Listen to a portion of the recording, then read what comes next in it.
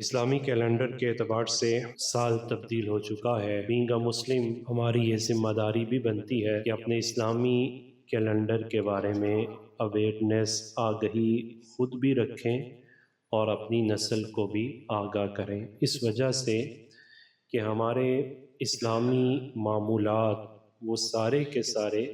اسلامی کیلنڈر کے مطابق ہوتے ہیں، اور اسلامی کیلنڈر ہی کی ابتدا وہ قربانی سے معمور ہے۔ یکم محرم الحرام امیر المؤمنین سحر رسول جناب سیدنا عمر رضی اللہ تعالیٰ عنہ کی قربانی، اور 10 محرم الحرام نواسہ رسول جگر گوشہ بطول سیدنا امام حسین رضی اللہ تعالیٰ عنہ کی قربانیوں سے معمور ہے۔ اسی تناظر میں چونکہ اسلام عمل کا دین ہے، وہ صرف نظریات نہیں، ریزنگ سلوگنز نہیں، نعروں کی بات نہیں کرتا بلکہ عمل کی بات کرتا ہے، تو ہم نے آج جو موضوع چنا ہے وہ ہے سیدنا عمر رضی اللہ تعالیٰ عنہ اور سیدنا امام حسین رضی اللہ تعالیٰ عنہ، دو کردار ایک ہی مشن ہے، اور وہ ہے ڈومیننس کرنا اسلام کو، اسلام کا جو غلبہ ہے، commitment to the supremacy of Islam, کہ دونوں نے اپنی زندگی میں جو عہد کیا تھا اسلام کے غلبے کا اسے پورا کیا۔ اس تناظر میں سیلف اکاؤنٹیبلٹی ہے، سیلف اسیسینیشن ہے، اپنا محاسبہ ہے، اپنے کردار کا جائزہ ہے کہ ہم اسلام کے غلبے کے لیے کتنا کام کر رہے ہیں، اور ہمارا کردار وہ اس میں ہمارا مشن کیا ہے۔ قرآن مجید فرقان حمید کا مطالعہ ہمیں یہ حقیقت سمجھاتا ہے کہ اسلام صرف فرد کی اصلاح کے لیے نہیں آیا، بلکہ انسانیت کی رہنمائی، معاشروں کی تعمیر، عدل کے قیام اور حق کی سربلندی کے لیے اسلام آیا ہے۔ آج دنیا میں ہزاروں نظریات موجود ہیں، مگر سوال یہ ہے کہ کون سا نظریہ انسان کو امن دیتا ہے، کون سا نظام انصاف دیتا ہے، کون سی تہذیب انسان کو انسان کا احترام سکھاتی ہے؟ تو قرآن مجید فرقان حمید اس حوالے سے ہماری رہنمائی کرتا ہے۔ بسم اللہ الرحمن الرحیم۔ وَمَنْ أَحْسَنُ مِنَ اللَّهِ حُكْمًا لِقَوْمٍ يُوقِنُونَ۔ مفہوم ترجمہ آیا کہ یقین رکھنے والوں کے لیے اللہ تعالیٰ کے فیصلے سے بہتر اور اللہ تعالیٰ کی پسند سے بہتر کس کی پسند ہو سکتی ہے؟ اور اللہ تعالیٰ کی پسند کیا ہے؟ بسم اللہ الرحمن الرحیم۔ ان الدین عند اللہ الاسلام، کہ بے شک دین اللہ کے ہاں جو پسندیدہ ہے وہ اسلام ہی ہے۔ اسلام دراصل اللہ کا وہ نظام ہے جو انسان کو اللہ تعالیٰ سے بھی جوڑتا ہے اور انسان کو انسان کے حقوق ادا کرنا بھی سکھاتا ہے۔ اسی لیے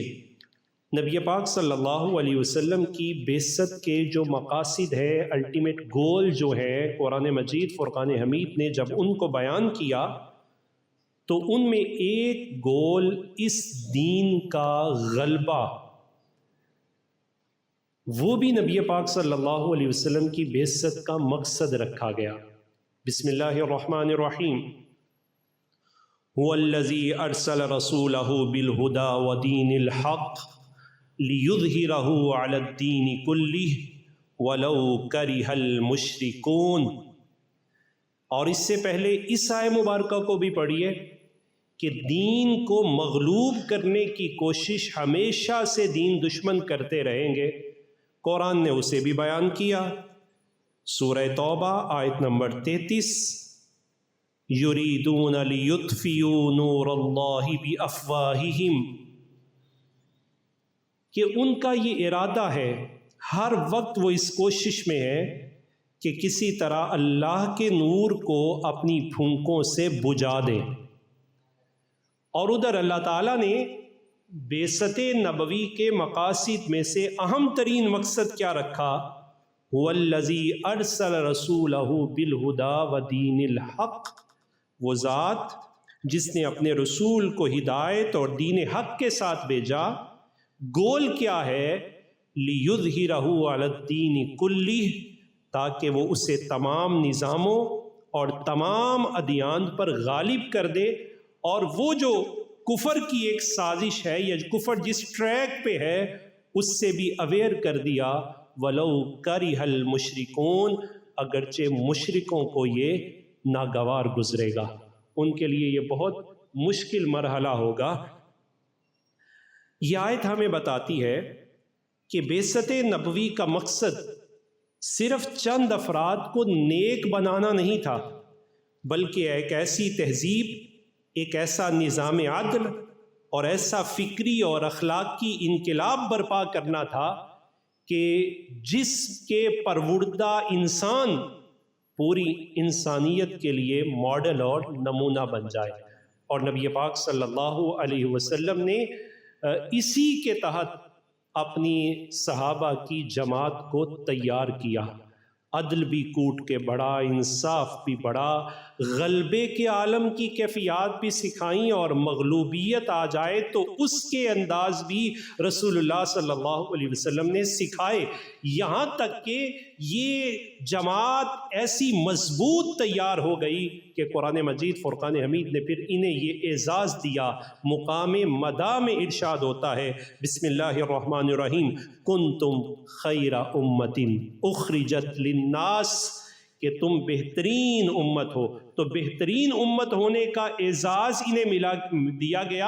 اور پھر ساتھ ہی ساتھ ان کی ذمہ داری کو بھی بیان کر دیا گیا.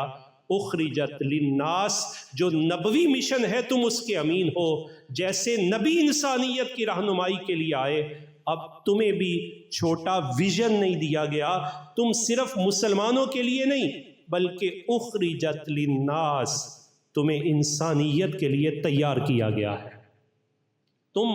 تم یہ اسلام کا ایک تہذیبی ویژن ہے،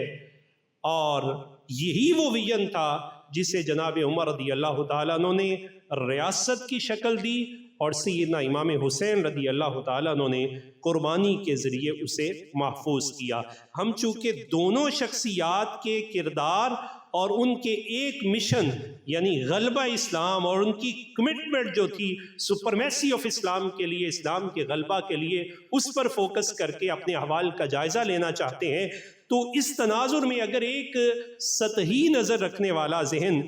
ان دونوں شخصیات کو دیکھے تو شاید وہ یہ سمجھے کہ یہ دو مختلف زمانے، مختلف حالات اور مختلف چیلنجز کے پس منظر میں ساری باتیں ہیں. لیکن اگر حقیقت سے اسے دیکھا جائے، گہرائی سے مطالعہ کیا جائے، تو یہ بات بہت دور رہ جاتی ہے کہ جناب عمر رضی اللہ تعالیٰ عنہ کا دور خلافت کا غلبہ ہے، فتوحات ہے، ریاستی استحکام کا عروج ہے، اور دوسری طرف سیدنا امام حسین رضی اللہ تعالیٰ عنہ جن کا عہد بظاہراً مادی وسائل کی کمی ہے اور یلغار ہے، مظلومیت کی شہادت ان کا عنوان ہے، تمام میں ایک چیز یکساں نظر آئے گی کہ دونوں کے مشن مختلف نہیں تھے، مشن ایک ہی تھا، اور وہ تھا غلبہ اسلام اور اقدار دین کی بالادستی. جناب سیدنا عمر رضی اللہ تعالیٰ عنہ اقتدار کی مسند پر بیٹھ کر دین کے عدل و انصاف کے نظام کو نافذ کیا اور اسلام کو عالمی طاقت منوایا. جناب سیدنا امام حسین رضی اللہ تعالیٰ عنہ جب اس نظام کی بنیادیں ہلنے لگیں، قربانی کی ضرورت تھی، تو اپنے خون سے اس کی نظریاتی سرحدوں کی حفاظت کی اور یہ ثابت کر دیا کہ اصول مصلحتوں سے اعلیٰ ہوتے ہیں. تھوڑی سی تفصیلی بات اس پر کرتے ہیں. جناب سیدنا عمر رضی اللہ تعالیٰ عنہ اور جناب سیدنا امام حسین رضی اللہ تعالیٰ عنہ، ان کا جو تقابلی استدلال ہے، غلبہ اسلام کے دو زاویے ہیں کہ جناب عمر رضی اللہ تعالیٰ عنہ کا جو انسٹیٹیوشنل سپرمیسی ہے، جو تعمیری غلبہ ہے، وہ کیسا ہے کہ آپ نے اسلام کو صرف ایک عقیدے تک محدود نہیں کیا، بلکہ دنیا میں پہلی مرتبہ جو ورلڈ آرڈر پیش کیا گیا اس کا اعزاز اسلام کی صورت میں جناب عمر کے سر سجدہ ہے، کہ جناب سیدنا عمر رضی اللہ تعالیٰ عنہ نے ایک عالمی نظام ورلڈ آرڈر میں اسے تبدیل کیا، اور آپ نے ثابت کیا کہ اسلام کا غلبہ صرف تلوار کا مرہون منت نہیں تھا، بلکہ وہ سائنسی، انتظامی اور عدالتی برتری سے حاصل ہوا، جس کا اصول سورہ حج میں قرآن مجید فرقان حمید نے ہمیں عطا فرمایا۔ بسم اللہ الرحمن الرحیم، الذین ان مکناہم فی الارض اقاموا الصلاة وآتوا الزکاة وامروا بالمعروف ونہوا عن المنکر۔ قرآن کا اسلوب یہ ہے کہ وہ لوگ کہ جنہیں اتھارٹی دی جائے، اختیار دیا جائے، اقتدار دیا جائے،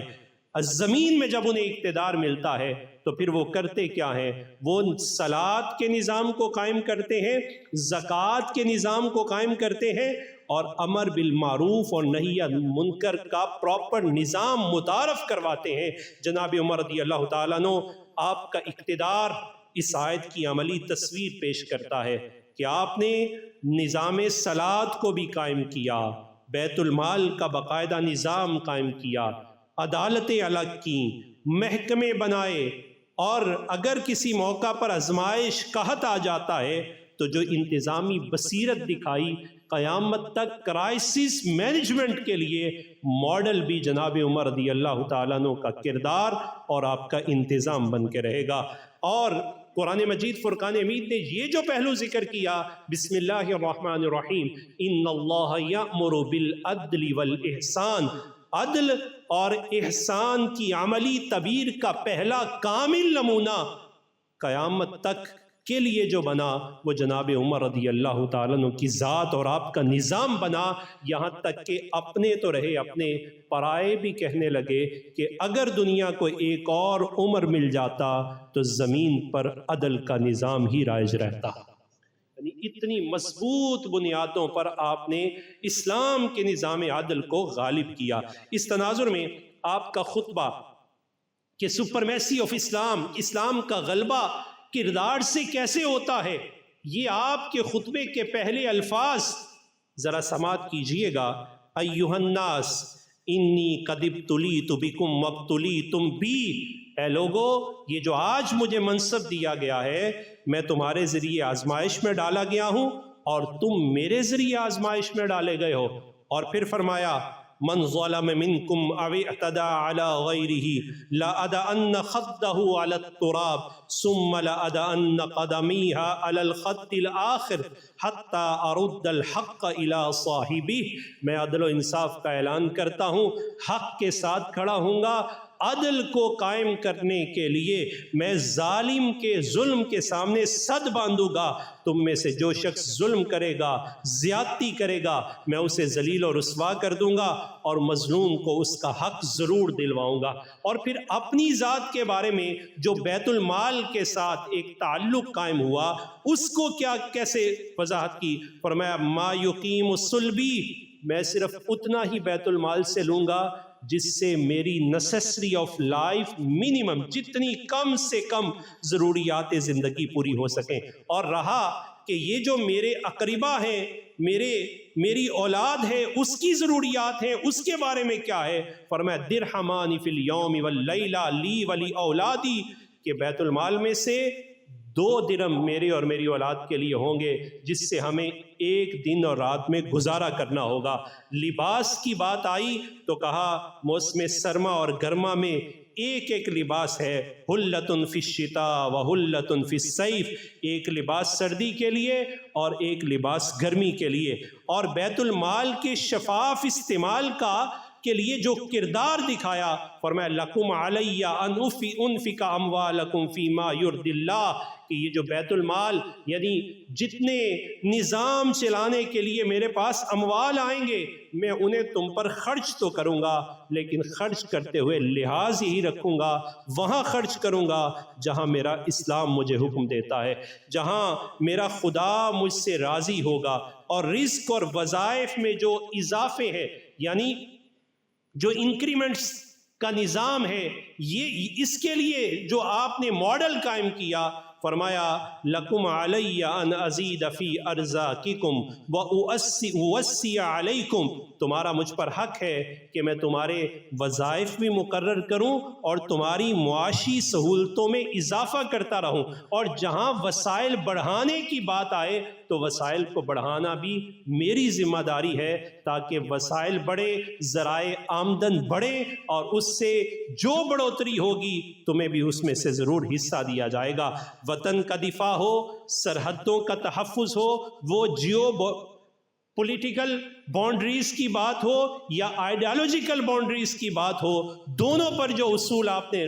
مربوط فرمایا وَلَكُمْ عَلَيَّ أَنْ أَحْمِي صُغُورَكُمْ وَأَدْفَعَ عَنْكُمُ الْأَعْدَاءَ، تمہارا مجھ پر حق یہ ہے کہ میں تمہاری نظریاتی اور جغرافیائی سرحدوں کی حفاظت کروں اور ہمیشہ دشمنوں سے تمہارا دفاع کروں۔ اور پھر آخر میں جو مشن سٹیٹمنٹ دی آپ نے، جو ہمارا آج کا موضوع ہے، سپرمیسی آف اسلام، اسلام کے غلبے کی یہ مشن سٹیٹمنٹ تھی۔ آپ نے فرمایا وَلَكُمْ عَلَيَّ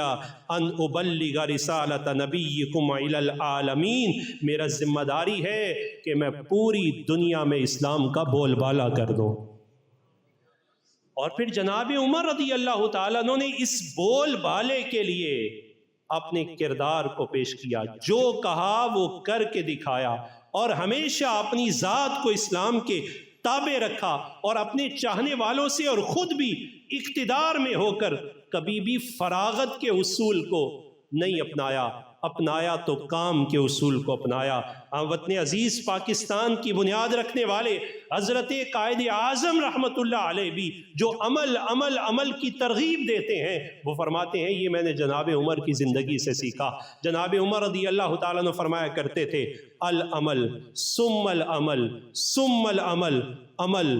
پھر عمل پھر عمل، اور آپ ملاحظہ کرتے، مشاہدے میں رکھتے کہ میری قوم میں سے کوئی فارغ تو نہیں ہے۔ پھر فرماتے کیا ہیں انی لأکرہ ان ارا احدکم سبہللا لا فی عمل الدنیا ولا فی العمل الآخرہ، کہ اشرافیہ میں عموماً ایسا یہ ہوتا ہے، کمائے گی دنیا کھائیں گے ہم، کہا ایسا نہیں ہوگا، بلکہ مجھے یہ بات ناپسند ہے کہ تم میں سے کوئی شخص فارغ بیٹھا ہو، نہ دنیا کے کام میں مشغول ہو نہ آخرت کے کام میں مشغول ہو۔ اگر کوئی کام نہیں کر سکتا تو اسے اللہ کی مخلوق کی خدمت تو کرنی چاہیے نا۔ اور خدمت پہ بھی جو معیار آپ نے قائم کیا کہ اگر کسی گھر کے اندر آٹا موجود نہیں ہے تو بوڑی اپنے کندھوں پہ اٹھانے لگے ہیں، تو ساتھ مصاحب کہنے لگے آپ ہمیں ذمہ داری دیجئے، ہم مامور ہیں اس کام پر۔ فرمایا میں بھی تو اسی کام پر مامور ہوں، آج میں اپنی رایا کا بوجھ اٹھا رہا ہوں، تمہیں دے دوں، کیا تم اس بات کی حامی بڑھتے ہو، ذمہ داری لیتے ہو کہ کل قیامت کے دن اس خدمت خلق نہ کرنے کا بوجھ تم اٹھا لو گے؟ تو یہ وہ ایک خاص پہلو تھا کہ جس سے اشرافیہ کے اندر یہ درد اجاگر کیا کہ اور کوئی کام نہیں، اللہ تعالیٰ نے وسعت دی ہے تو اللہ کی مخلوق کی خدمت کرو۔ اور خدمت یہ نہیں ہے کہ ان کی عزت نفس کو مجروح کیا جائے، خدمت یہ ہے کہ اپنی عزت کو ان کی عزت پہ قربان کر دیا جائے،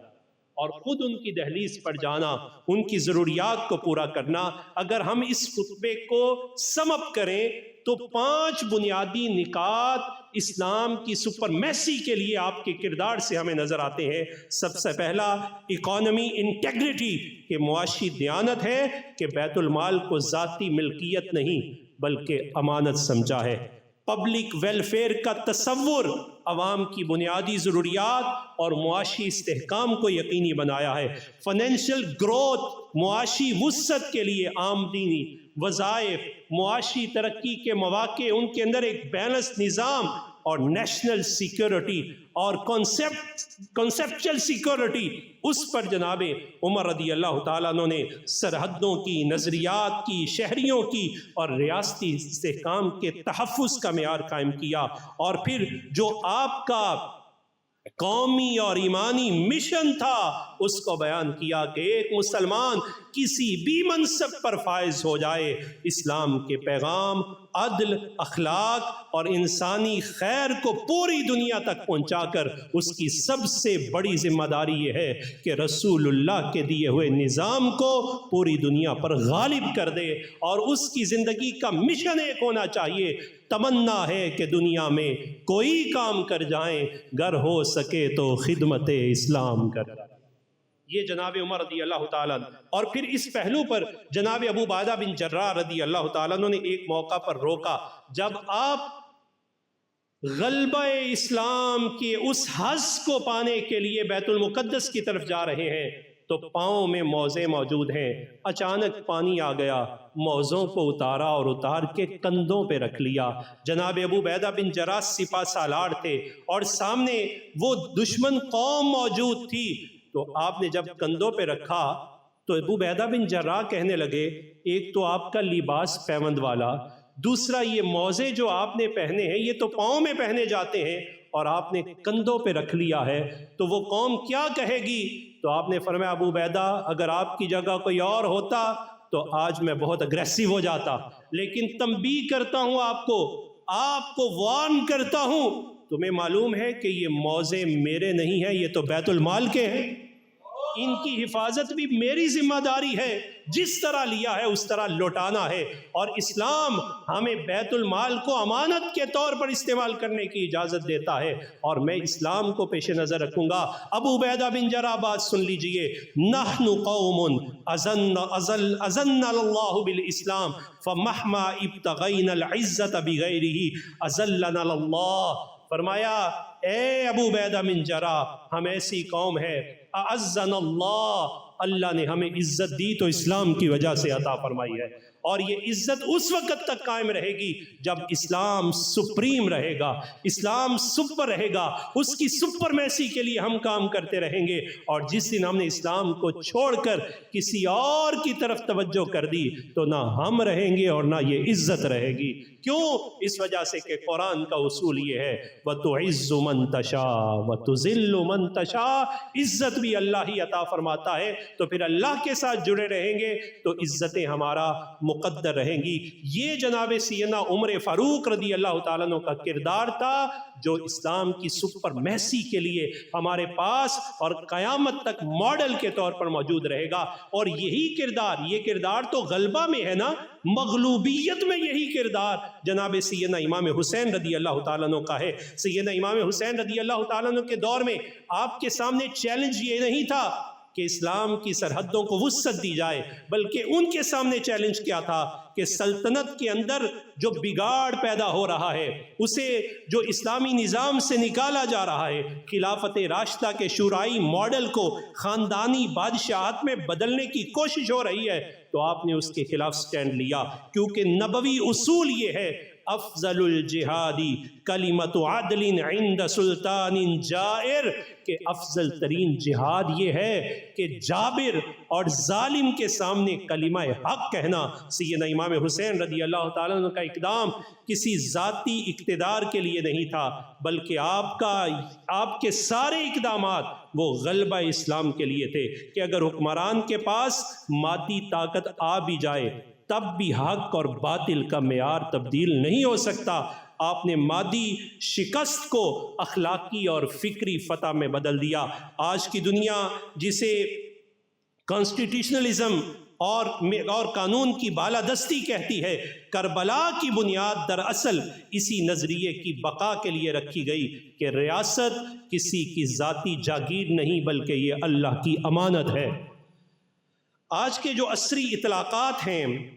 اگر ہم اس تناظر میں ان دونوں پاکیزہ کرداروں سے اپنے سماجی، سیاسی اور فکری نظام کو درست کرنے کے لیے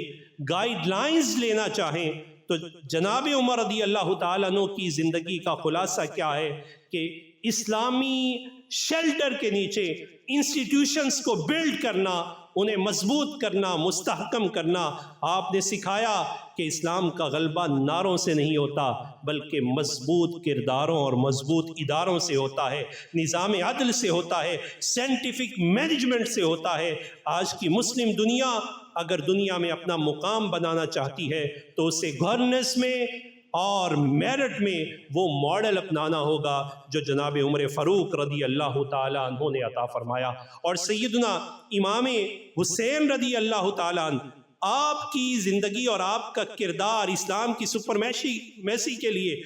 اگر ہم اسے سم اپ کریں، بالکل خلاصہ کے طور پہ پیش کریں، تو کانسٹیٹیوشنزم سیدنا امام حسین رضی اللہ تعالیٰ عنہ کا اقدام یہ کہتا ہے کہ ریاست کو کسی ایک شخص کی جاگیر میں نہیں دیا جا سکتا۔ آج کے دور میں قانون کی بالادستی ہو، انسانی حقوق کا تحفظ ہو، ڈکٹیٹرشپ کے خلاف مزاحمت ہو، یہی حقیقت میں فکر حسینی ہے۔ آج کا مسلمان ہر جگہ کمپرومائز کر لیتا ہے۔ آج کا خطبہ ہمیں یہ سبق دیتا ہے کہ جہاں ذاتی مفاد ہو وہاں لچک دکھائی جا سکتی ہے، لیکن جہاں نظریے اور امت کے مستقبل کا سوال ہو وہاں حسینی عزم کے ساتھ ڈٹ جانا ہی غلبہ اسلام کی واحد ضمانت ہے، کیونکہ حق مصلحت کے سامنے جھکتا نہیں، اصول اقتدار کے سامنے بکتے نہیں، دین سیاسی مفادات کے تابع نہیں ہوتا۔ قربانی بھی دے دی جائے تو ہاتف غیبی سے آواز آتی ہے،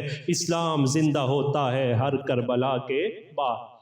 آج ہماری ذمہ داری بھی یہی ہے کہ ہم اسلام کو محض ایک کانسیپٹ کے طور پر نہیں بلکہ ایک لیونگ ریالٹی کے طور پر پیش کریں، ایسا اسلام جو عدل دے،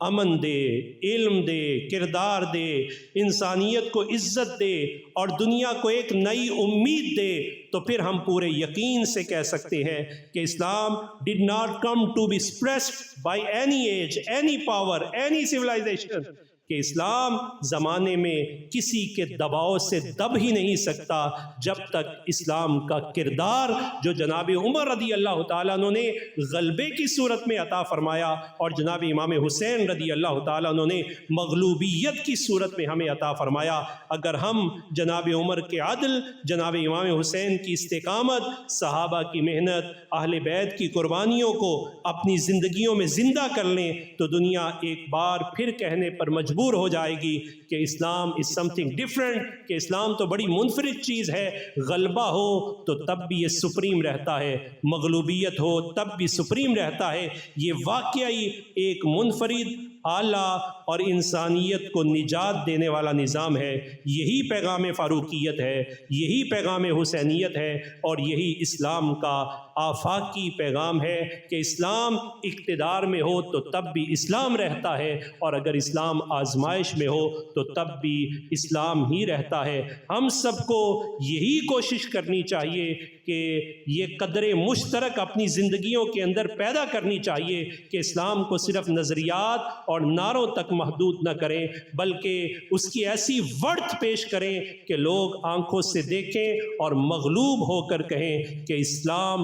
اسلام ہے اور اسلام ہی ہماری اس زندگی اور اس کے بعد والی زندگی کو کامیاب بنانے والا ہے۔ اللہ تعالیٰ کی پاک بارگاہ میں دعا ہے کہ پروردگار عالم اسلام کے غلبے کے لیے مجھے اور آپ کو اپنے کردار و اعمال کو سنوارنے کی توفیق عطا فرمائے۔